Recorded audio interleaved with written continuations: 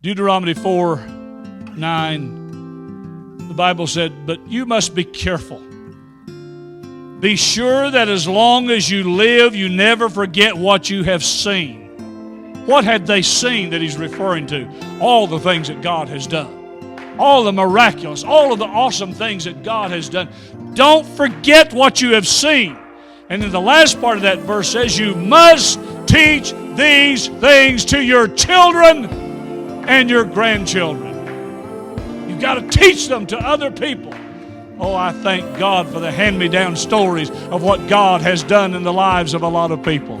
I'm talking the other day about my grandfather. My grandfather was a tall individual in his younger days in particular, and a lot of us Hendersons kind of took after him in that perspective. Grandpa was instrumental in building the first Church of God in the town of Sevierville, Tennessee, in a little community we call Frog Alley.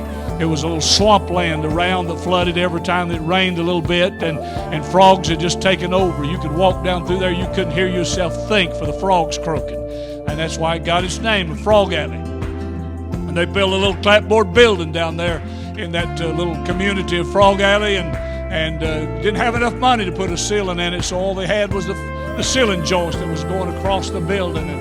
And they were having church in there one day, and Grandpa received the baptism of the Holy Ghost in that little clapboard building that had never been finished, but it was there. And when he received the baptism of the Holy Ghost, he began to dance in the Spirit, jumping straight up and down. And every time he went up, he went between the rafters of that building. Never touched a one of them in the whole time that he was dancing in the Spirit. What I'm saying to you is, thank God for that stories of my grandfather. Thank God for the testimonies of many people that have taught me and my children and my grandchildren and my great-grandchild that God is still an awesome God.